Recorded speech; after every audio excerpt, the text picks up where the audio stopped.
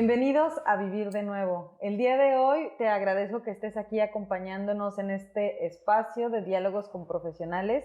Hoy estamos por comenzar con nuestro tercer segmento con la psicóloga Rita Encinas y el tema que nos trae esta mañana, este día, es aceptación.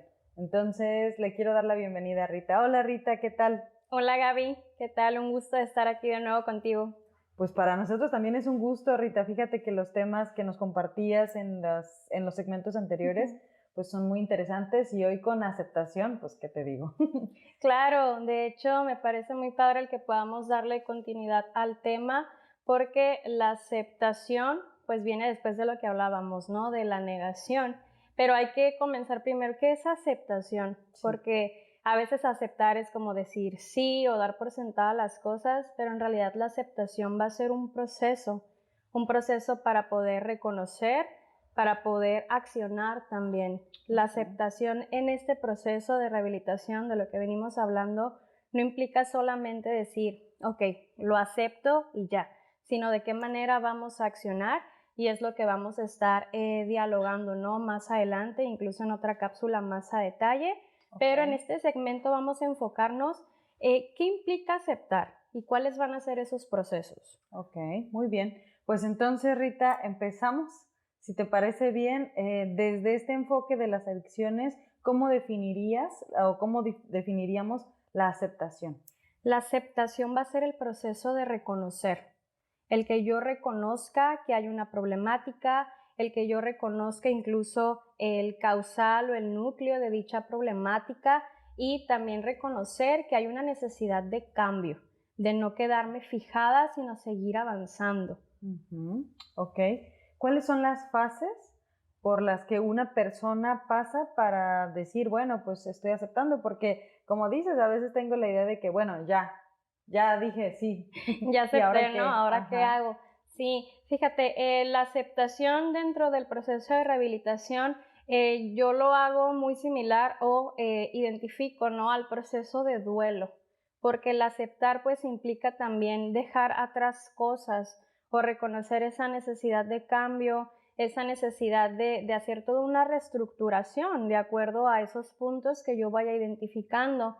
Entonces vamos a encontrar la negación, que ya la estuvimos hablando, Sí. ¿no? La negación como una problemática, el no aceptar como tal el problema, el incluso distorsionar, ¿no? La realidad. Vamos a tener ese primer punto. La ira. La ira es muy común en estos procesos, ¿no? Me molesta yo estar en esta posición, el cómo yo tengo que estar atravesando esto, o el por qué mi familiar, por qué mi hijo, por qué mi pareja tiene estas conductas, estos comportamientos que no solamente traen un problema a la persona, sino también a los terceros, ¿no? Sí. Sino también a ese sistema. Y es muy común el ver a familias enojadas, el ver a pacientes enojados. ¿Por qué? Porque está esta frustración, ¿no? De ahí viene la ira, que incluso este proceso o fase, ¿no? Suele durar gran parte del tiempo, ¿no? El estar molesto, el dejar atrás eso, que en realidad la ira pues va a encubrir muchos otros sentimientos, ¿no? Muchas otras emociones. No siempre tiene que ver con la molestia o con el coraje. Ok, Rita, fíjate, ahorita se me hace muy atinado cómo lo aterrizas con las fases del duelo, porque es un duelo. Uh-huh. O sea, cuando tú dejas de consumir una droga, cuando estás dejando todo este personaje atrás, pues una parte de quien es consumidor del adicto muere. Uh-huh. Y tiene que morir a toda una vida y tiene que hacer muchas renuncias. Entonces, definitivamente es un duelo. Claro, y que de hecho esta renuncia, más adelante lo vamos a explicar más a detalle, tiene que ver también con lo familiar, porque no solamente cambia la persona, ¿no? Que incluso uno de los objetivos que manejamos en la clínica es precisamente ese, el que haya un cambio integral, no solamente algo individual. Entonces va a ser un proceso por el que van a atravesar todo el sistema. ¿Okay? Tenemos también la negociación. La negociación va a ser esta fase en la que vamos a intentar mediar, ¿ok? Por ejemplo, bueno, si mi esposo es alcohólico, pero está bien, no hay problema porque está cumpliendo con sus obligaciones, porque está proveyendo, Sí. porque está aquí presente después de cierto horario. Entonces yo intento hacer como esa justificación para poder decir todo está bien. Okay. No hay tanto problema, mi problema no va más allá. Entonces empiezo como a darle otro enfoque, ¿no? A la problemática, entonces estoy como tambaleando. Está la queja, está la molestia, pero intento también, es como un baile, ¿no? Voy para acá, voy para allá, pero en algún punto es como, chin, pues ya me cansé de bailar, ¿no? Ahora, ¿qué hago? ¿Qué hago con esto? ¿De qué manera lo voy a llevar? Y entonces, eso es un proceso que suele ser también complicado porque estamos incluso buscando alguna ganancia secundaria, porque una ganancia primaria no se tiene, ¿no? Dentro de esta problemática. Entonces vamos a estar buscando algo para paliar, algo para remediar ese dolor que estoy teniendo. Ok, entonces estoy en negación, luego viene ira, en esta parte de la negociación, en el sentido de la persona que tiene la enfermedad del adicto. ¿Cómo lo vive alguien que tiene adicción? ¿Cómo vive la negociación? La negociación? Híjole, pues es bien complejo porque la persona intenta no salir de esa etapa, intenta justificar, intenta el hacer cualquier esfuerzo porque todo lo que él va a exteriorizar pues sea conveniente para la otra persona, ¿no? A lo mejor con atenciones, con detalles. Bueno, sí, estoy yo en un proceso de adicción, pero ¿sabes qué, mami? Te quiero mucho y siempre voy a estar ahí para ti, ¿no? Y como intento, ¿no? Ponerle como el color rosita o eso bonito a esta otra cosa, darle otro enfoque para entonces yo seguir en mi proceso, yo seguir dentro de mi adicción. Ok, es más de lo mismo. Sí, solamente le vamos poniendo como otra definición, ¿no? Y se le van añadiendo estas características ahora sí que un tanto aversivas. Sí. Bien. Y cuando estamos en esa negociación podemos pasar también a una fase que es el autoengaño, ¿no? Ahora sí que van a estar como muy ligadas, ¿no? El autoengaño en el todo está bien, no pasa nada, yo puedo resolverlo solo o no necesito, ¿no? De alguien más para que pueda darme a mí esta resolución o para que yo pueda generar un cambio. O yo sé que con todo mi amor y todo mi cariño y todo mi esfuerzo mi familiar va a poder cambiar, va a poder salir de esto. Cuando la realidad es que no. La realidad es que implica un proceso de derrota también. El aceptar que nosotros no podemos solos, el que se necesita de un profesional, de un especialista para poder hacer este cambio. Porque que incluso, ¿no? Si haces una retrospectiva, si ves todo el panorama, pues implica también, ¿no? Ir viendo esas deficiencias. Ok, oye, y qué importante esta última parte que mencionas, sobre todo para la familia, porque a veces se piensa, ¿no? Y ya lo hemos dicho antes, que es el que está mal y él es el que tiene que vivir todo el proceso y se tiene que derrotar, pero también tú como familiar, o yo como familiar, o quien sea como familiar, tiene que vivir esa parte de la impotencia y derrotarse. Derrotarse y darse cuenta de la manipulación, darse cuenta de los juegos que se están jugando dentro de la familia y decir, pues aquí va, o sea, romper esta negación, ¿cómo se llama? La negociación turbia, ¿no? Sí, que de hecho uno de los primeros pasos del programa no es el derrotarte, la humildad, el aceptar que tú no puedes solo. Entonces, fíjate, ¿no? Qué importante el yo verme en esa vulnerabilidad, que creo que es lo más difícil, ¿no? El yo verme como vulnerable, porque es lo que siempre estamos evitando, ¿no? El no tocar esas fibras dolosas, el poder hacerlo por nosotros mismos, el salir adelante. Entonces, el que tú digas no puedo, el que realmente abras los ojos y veas esa barrera gigante que está enfrente de ti, pues es un proceso complicado, es un proceso difícil, que de hecho hay algunas investigaciones que nos dicen eso, ¿no? El 90% de las personas que es usuaria de droga o que tiene alguna problemática en cuanto a la adicción no llega a un tratamiento, no llega a un grupo de autoayuda tampoco. Entonces imagínate el porcentaje tan grande de personas que no se están atendiendo, que no están haciendo un cambio. y que no solamente implica el ok, ahí están, sino toda la problemática que eso conlleva.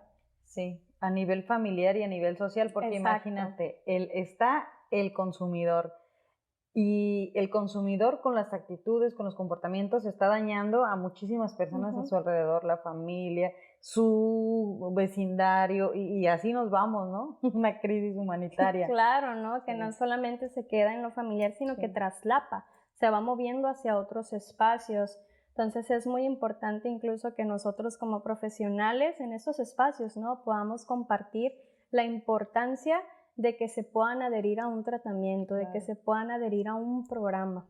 Ok. ¿Ok? Y cuando ya podemos abrir los ojos, cuando ya estamos dándonos cuenta de que el autoengaño no es suficiente, de que yo ya no puedo, por más que le quiera poner un montón de curitas, ya no se puede, es entonces que pasamos a esta etapa de aceptación, cuando ya nos derrotamos. Pero, y ahora viene lo importante, ¿no? No siempre va a haber personas que pueden hacerlo por sí solos. Entonces de ahí viene, ¿no? ¿Qué rol tiene la familia? ¿Qué rol va a tener en la implicación del proceso de aceptación? Ok. Es que ahorita que estás diciendo eso, no hay personas que lo van a hacer siempre así como por su propio... Sí, definitivamente, porque la adicción no nada más es un tema moral, es una enfermedad en Exacto. donde está, hay una parte del cerebro que no funciona adecuadamente, o sea, los impulsos, alguien que padece o que vive con adicción no los maneja. Está dañado a nivel orgánico. Entonces, en este tipo de casos, Rita, ¿cómo es que participa una familia? Eso va a ser bien importante y va a ser crucial en el proceso de rehabilitación porque entonces implica que la familia pueda reconocer que hay una problemática. ¿Okay? Ya tenemos este primer punto en el que reconocemos que hay una problemática, pero ahora no solamente a nivel individual, no solamente con una persona, sino también es aceptar esas debilidades o esos déficits que va a tener el sistema en el que a lo mejor no hay una buena comunicación y por eso ni me enteré que mi familiar tenía una problemática. A lo mejor siempre hemos sido una familia disfuncional o ya traemos cargando traumas generacionales o incluso a nivel genético también, ¿no? Hay una carga ya en cuanto a ello que no se toma consideración. Entonces implica que la familia también tiene que posicionarse como un parteaguas de la problemática y también del proceso de rehabilitación. La familia va a tomar ese papel de soporte.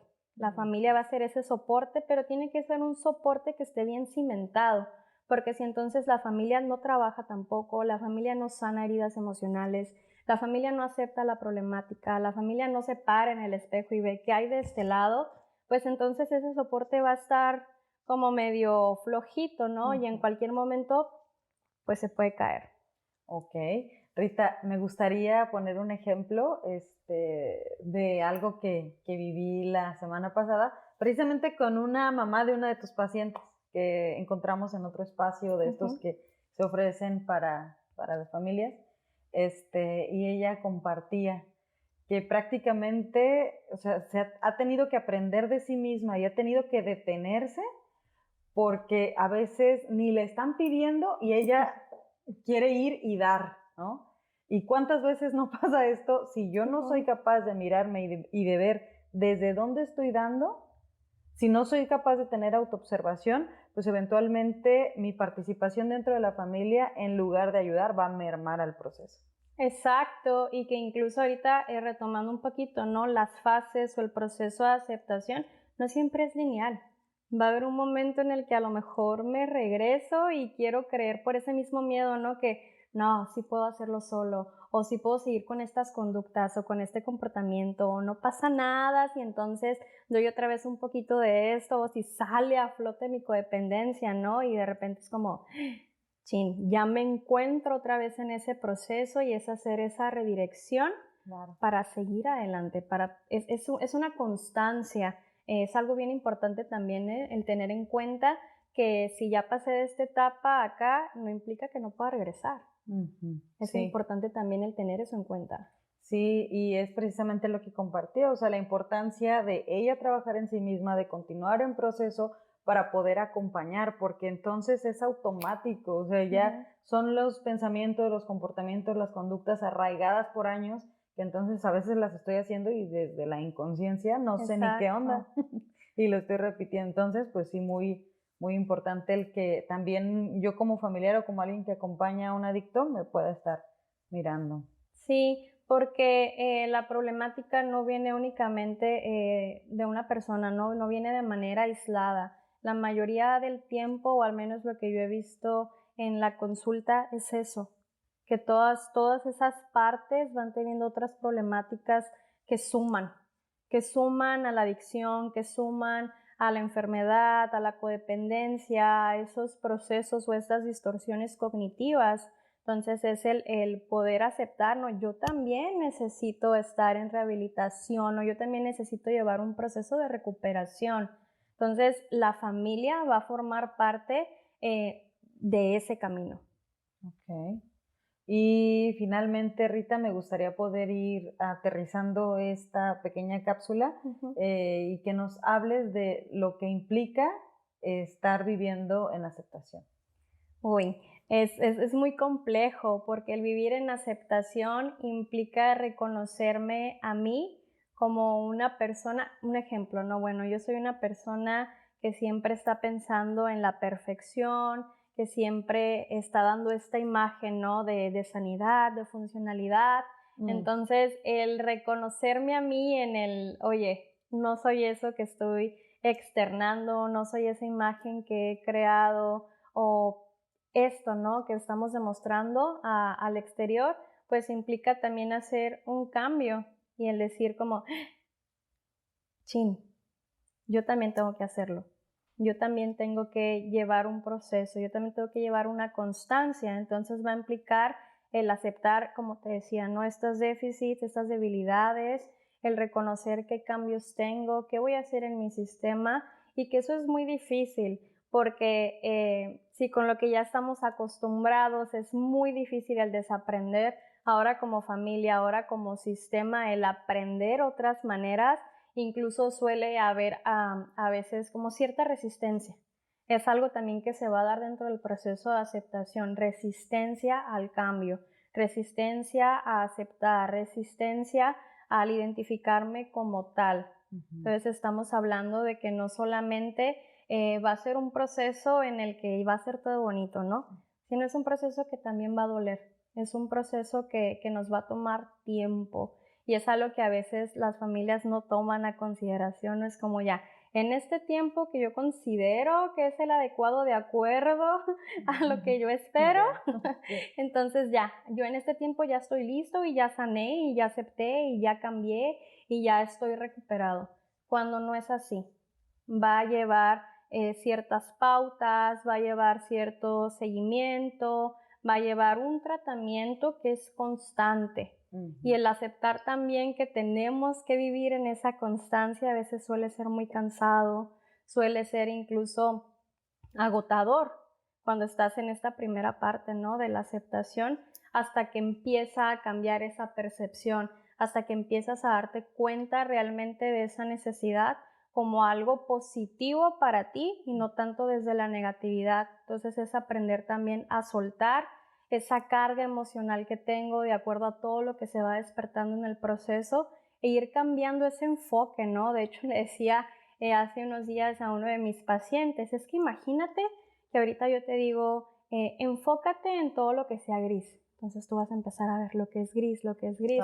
Y de repente dices, wow, sí hay mucho que es gris, ¿no? Y en automático ya no estás viendo el dorado, ya no estás viendo el verde, no estás viendo otros colores.